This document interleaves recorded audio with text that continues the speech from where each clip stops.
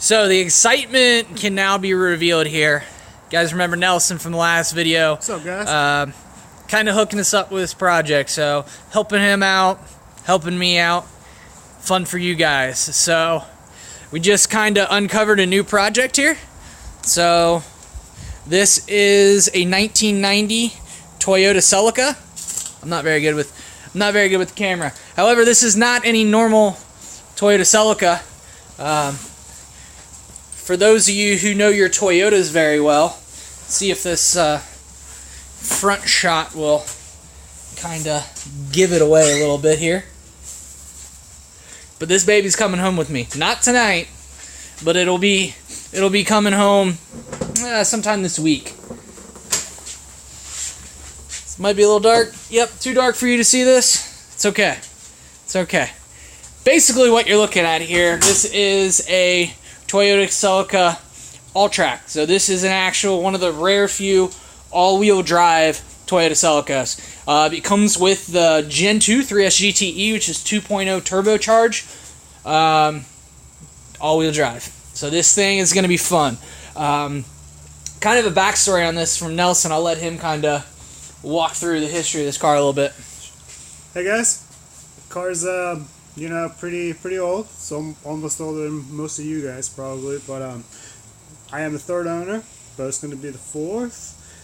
Pretty much this car sat in storage for about 10 years. Guy never put it together, decided to get rid of it. I picked it up and it sat in storage for a year. Didn't really do much with it, and kind of reached out to Bo, and he's going to help us out finish it and get it on the road again, which is what is very exciting.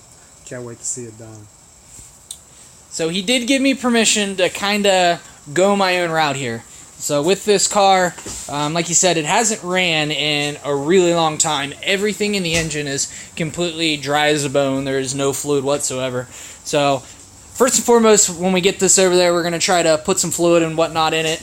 And then we will see if we can get the crank over, replace spark plugs, put a fresh battery. The interior, let's see if you guys can see this. The lighting in his storage unit is awful. It sucks. Yeah, you're not going to be able to see this. Anyway, the interior of this car is completely gutted. There's no seats, there's no carpet, there's nothing. The previous owner put some wonky electronics in it. There's amp wires, random speaker wires all over the place. So we're going to have to really kind of do a lot of tracing of wires to hopefully get some starting point on this car. With it being completely gutted, and Nelson gave me permission, so we're gonna go pretty race car with this one. With this car being pretty rare, we're gonna make it look good. Obviously, I don't like making crappy looking things. The body is actually in incredible shape, which is kind of mind blowing. No real rust at all, no dents. He says most of the doors, the sunroof works, which is pretty freaking phenomenal. He's got some pretty cool rare JDM parts from Japan that we're gonna put on this thing. This thing's gonna be sweet when we're done. First and foremost, though, is we got to get this sucker running, and then we can have the fun with putting some beefy wheels on this, fun stuff like that. Yeah. All right, now it's that fun time of actually. Yeah, no, that's what I'm saying. You're probably leaking something. It's that golden time. Got the trailer ready. She's ready to come home with us. So me, Nelson, and Nelson's brother are gonna load this bad boy up on the trailer, take it back to my place, and we'll kind of let her sit overnight, and then we'll start the evaluation process of what we can tell right off the bat. We're hoping it'll be something simple. This car has sat for a really long time, as Nelson stated earlier that you saw in this video. But if we get lucky, that'll be it. If not, it's going to be make a long list of potential possibilities of what's wrong with it, and then slowly go down the list, check them one by one. But pretty freaking exciting. Fun little fact, I had a car very, very similar to this as the first car I ever bought. So obviously, when you turn 16 or whatever, my parents were fortunate enough to buy a car off my aunt for dirt cheap, obviously, thankfully, family discount. I rode that for a while, and then the first car I ever bought was a Toyota Celica GTS, so a little bit different from this. It was a 2.2 non-turbo engine, but body-wise, it's the exact same car as what I'm looking at here outside of the hood. So it's a little nostalgic for me. It's kind of like having that car back again, but this one's obviously going to rip a lot harder once we're done.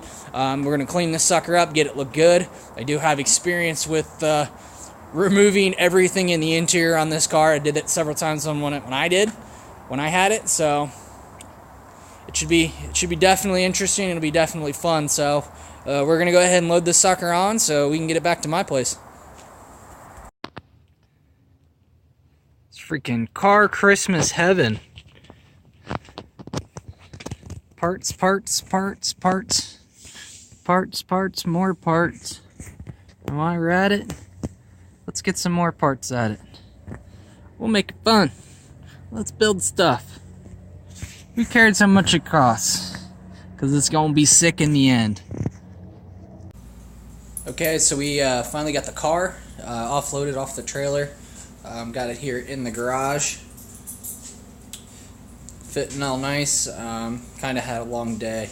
I'm a bit beat, so gonna call tonight. Tomorrow we'll start kind of looking at it, evaluating, potential things, checking fuses, checking some of these random wires that are in the center, kind of getting a good idea of the direction we want to take. See what checklist of stuff we need to buy to see if we can get the car running, because like I said earlier, everything's a bit bone dry. Another plus side is my buddy Derek, who I'm sure you'll see in one of the future videos, got me the head from someone that I purchased. So we got a head for the SR, so kind of clean that up a bit, since we had to use a helix in the other head because of the spark plug issue the first time around. So this will be going in the SR. It's in pretty good shape, so it should start coming together. So you can kind of jump back and forth between the All-Track and the 240, which will be pretty nice. Definitely keep me going when I kind of run into those stopping points of, money issues, normal people stuff. So yeah, tomorrow we'll start kind of evaluating this and we can kind of take it from there. So it's the morning here, so we're gonna kind of get some prelim work on this. First and foremost, though, is this spot where the Celica is currently sitting is my wife's parking spot from the garage. This lovely area, we'll probably get some snow, so she wants the garage area. So I gotta move the Celica out, put it over there where the E30 is. Of course, as you can see, we got a whole lot of garbage in front of it. Not really garbage, but a lot of stuff. So we got the additional transmission, additional lower block ahead, air to water intercooler, a front strut bar, all for the All-Track sitting here. And I got all this other fun stuff. Got to move the 240 hood, some cool parts that Nelson got from Japan for the Celica. Got to move all that to get it in here, and then we'll start kind of making a list more or less of what we need to do. So the way we're going to do this list is we're going to kind of do it in two parts. We're going to do the parts that are kind of quick, easy. So looking at the spark plugs, checking fuses, oil, all that stuff. And then more of a long-term stuff as far as, things we know, like, hey, yes, for sure we need carpet.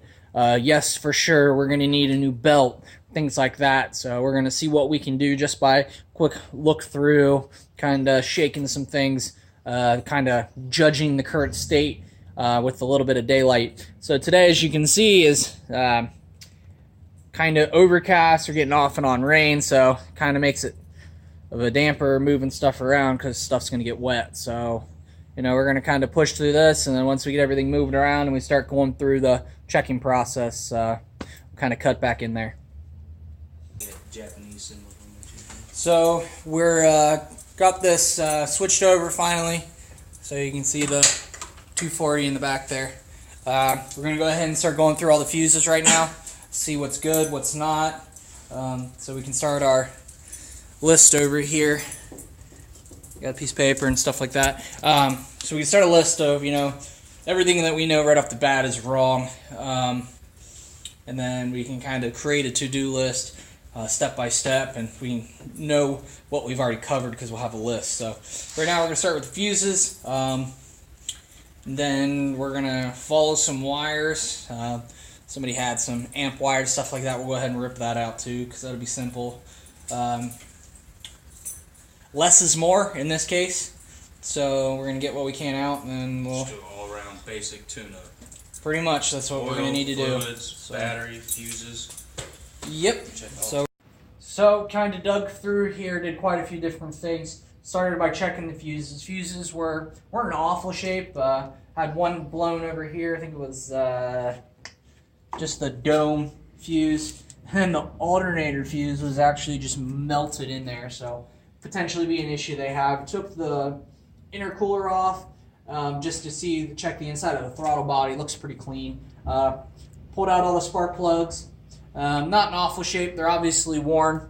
You can see the tip on them there is pretty much died down. As far as the burn on them, you know, they're all the same, so it means each cylinder is pretty much running the same. When we actually peered down into the holes where spark plugs came from, looked a little gunky. For as long as this car's been sitting, I mean, that's actually pretty freaking good if you ask me. So it's something we can definitely work with. Obviously, we discovered that everything's dry. There's no windshield wiper fluid, no power steering fluid, no brake fluid, no oil, no coolant. I mean, we're dead. We're dead everywhere. Transmission fluid, if there is any, obviously need to replace it. So we're going to need to get brand new fluids for everything. Poked around inside, there is fuel regulators, throttle response regulator, a fuel ratio regulator, boost controller, just wires galore, aftermarket wires galore, which kind of freaks me out because there's some really, you know, cheap wiring done inside. Like the stereo wiring was bad. There's exposed wire, there's loose ends, things aren't tied down. They use cheap electrical tape to try to cover off instead of capping. So before we do anything, we're actually going to take the dash apart, figure out where all these wires are coming from, trace them to make sure nothing's exposed, they're not connected to something. I mean, it'd be dreadful, you know. We get everything all looking good, think we got it, start it up, the car starts, and then the whole interior catches on fire because of something. Cool thing, we did find out it does have a diagnostic plug, so if we can at least get power to it, we might be able to get a code to read if we can't figure out what's going on. So that is definite plus. This is going to be a long project, you know. At first, you know, thinking maybe I could just get it to fire up. Doesn't look like that's going to be the thing. This might be a little bit longer, a little bit more money than I initially expected to need to be put into it. But if we can get it up and running, it's pretty cool. Obviously, the battery shot too. Sean actually did some research on the car last night. Found out some pretty cool thing. There was actually only 750 of the All-Tracks released in the United States as of 1990. 90? Was it 90? 90. As of 1990. So this is one of 750 cars. That was then. So that's, 27 years ago? Less now. Yeah, 27 years ago. So it's drastically less than that. I mean, we may be talking, 200 of these left, if that, because these were known for being rally cars. So they're probably beat up, parted out, things like that. We were fortunate enough to find another transmission for it too. So we're definitely got some work ahead of us, but it's going to be fun. It's going to be exciting. There's always going to be wounds. I got a nice gash up my arm here, good old garage fix for it. It's going to happen though. So may not be the prettiest under the bay. It's not going to look like the 240 underneath, but at least we're going to get it running at some point in time, and then we'll see how we can break it. So, you know, with this kind of being such wide open and new, if you have any ideas, any suggestions, anything like that, go ahead and put them in the comments sections. You know, if you like the video, like it. If you like the content you've been seeing, go ahead and subscribe. Be on the lookout for more videos. Obviously, we're going to break into this, and we're going to keep working on the 240.